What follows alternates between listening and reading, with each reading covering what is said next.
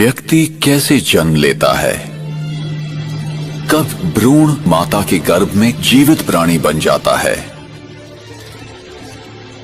आत्मा कब गर्भ में प्रवेश करती है?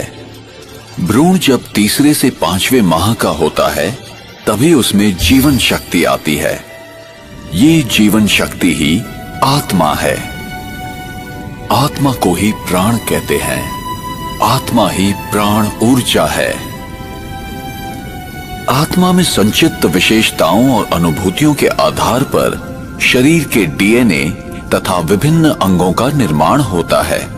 उंगलियों के निशान तथा अंगों की बनावट भी आत्मा के कर्मों के प्रभावों के आधार पर होता है।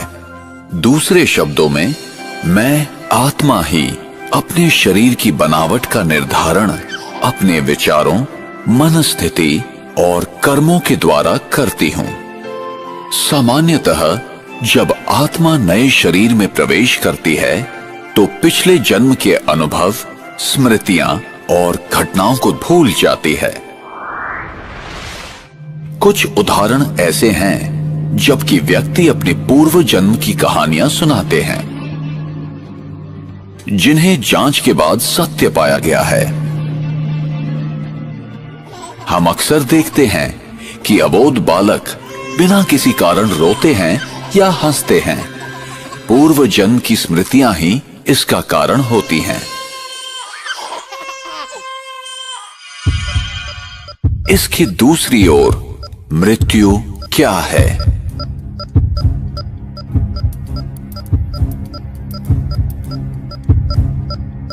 और मृत्यु के बाद क्या होता है?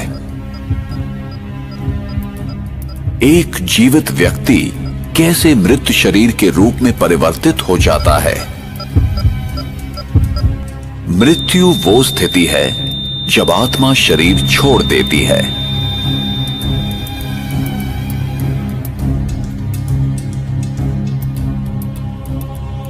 और आत्मा जब शरीर छोड़ती है तो वो शरीर जो खून, हड्डी, मांस से बना हुआ आत्मा का वस्त्र है, एक पुतला मात्र रह जाता है जो प्रकृति के पंच तत्वों में विलीन हो जाता है।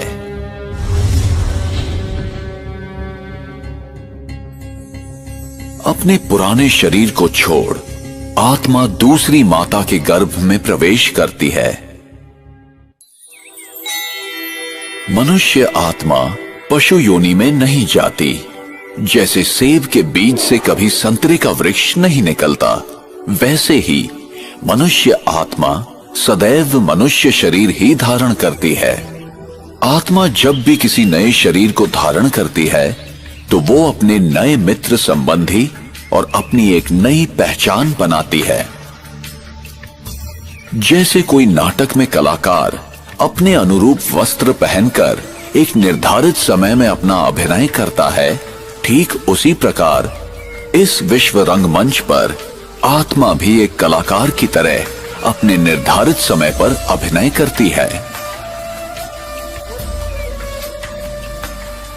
और जब शरीर अधिक उम्र, बीमारी या किसी घातक चोट के कारण बेकार हो जाता है, तब आत्मा शरीर को त्याग देती है और जन्म उपरांत जन्म लेती जाती है।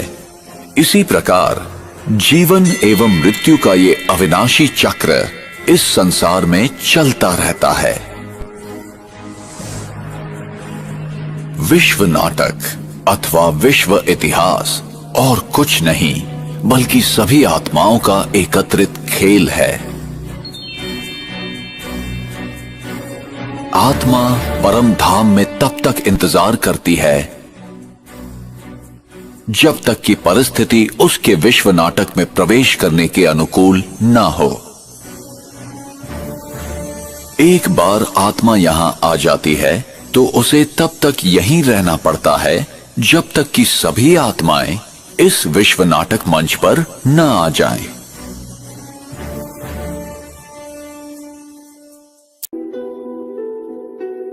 प्रकृति कितनी अद्भुत है। इस संसार में करोड़ों व्यक्ति हैं, फिर भी प्रत्येक की उंगलियों के निशान अलग हैं। कोई भी 2 डीएनए एक जैसे नहीं हैं। हम देखते हैं कि कोई भी दो व्यक्ति एक जैसे नहीं हैं। ये ऐसा इसलिए है कि कोई भी दो आत्माएं एक जैसी नहीं हैं। उनमें सिर्फ इतनी ही समानता है कि दोनों एक अविनाशी ज्योति बिंदु हैं। हम प्रत्येक व्यक्ति के व्यवहार में, तौर तरीके में, सोच में, रहन सहन में अंतर देखते हैं। संक्षेप में प्रत्येक आत्मा का व्यक्तित्व भिन्न है। इसलिए मैं अपने आप में विशिष्ट हूं। मैं किसी से कम नहीं हूं या किसी से बड़ा नहीं हूं। जब मैं महसूस करता हूं कि मैं संसार में अद्वितीय हूं, मैं यहां अपना एक विशेष किरदार निभाने और जिम्मेदारी पूर्ण करने आया हूं, तो मैं अपना भविष्य गढ़ सकता हूं।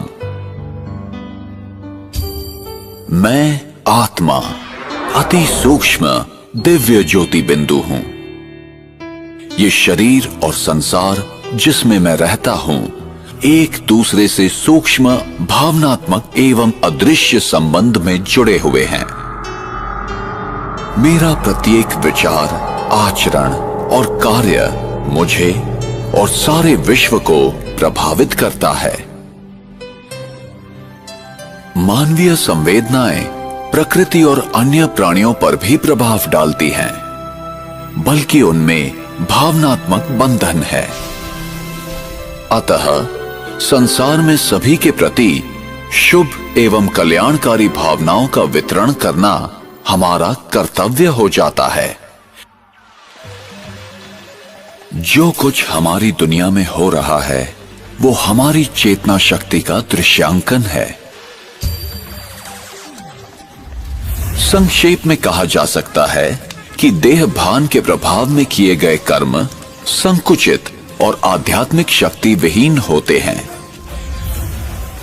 इनसे क्रोध, घृणा, ईर्ष्या, लोभ जैसी संवेदनाएं उत्पन्न होती हैं, जिनसे समाज में विरोध, संघर्ष, अन्याय एवं दुख, कष्ट फैलता है। इसके विपरीत आत्मस्मृति में किए गए कर्मों द्वारा प्रेम, सहानुभूति, शांति, उदारता और भाईचारे जैसी संवेदनाओं का जन्म होता है, जिनसे समाज में समरसता, एकता एवं सुखद अनुभूतियों की वृद्धि होती है।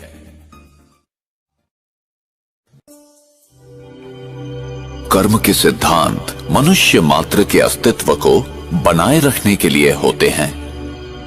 हमें कर्म का फल मिलता ही है, यही कर्म का नियम है अथवा क्रिया व प्रतिक्रिया का सिद्धांत।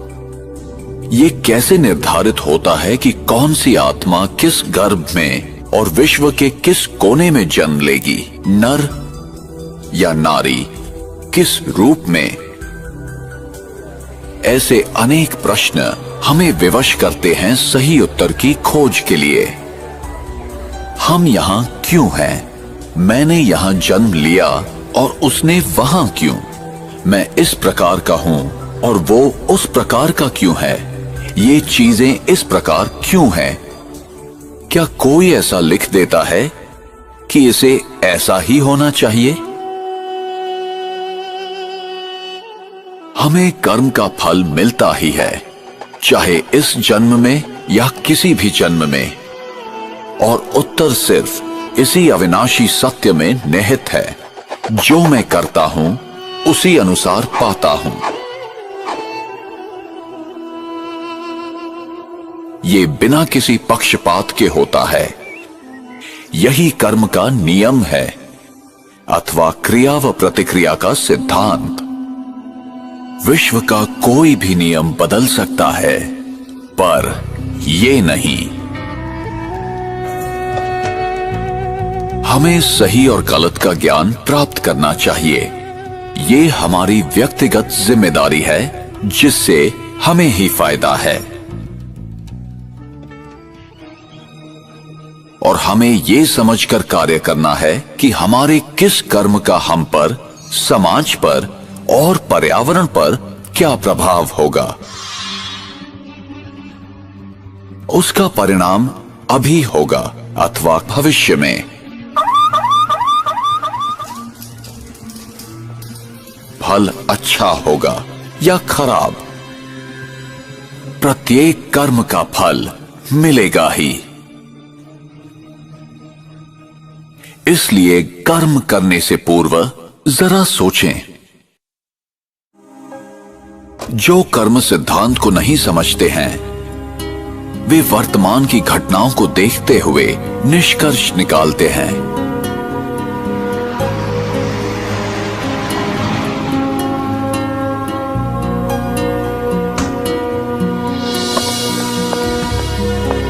वे नहीं जानते कि भविष्य में क्या होने वाला है। उन्हें दृश्य के बदलने तक प्रतीक्षा करनी चाहिए। कैमरास कैमरास कैमरास, तो चेहरे पे fresh look important part In a shocking incident today, British Airways flight BA582 from Mumbai to Manchester. प्रत्येक घटना के पीछे कोई न कोई कारण विद्यमान होता है। यही कर्म का नियम है।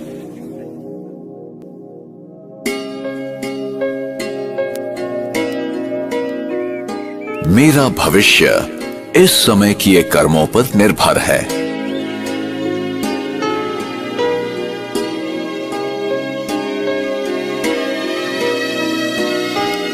इसलिए गलत तथा श्रेष्ठ कर्मों की कलम से हम अपनी भविष्य जीवन की कहानी लिखते हैं।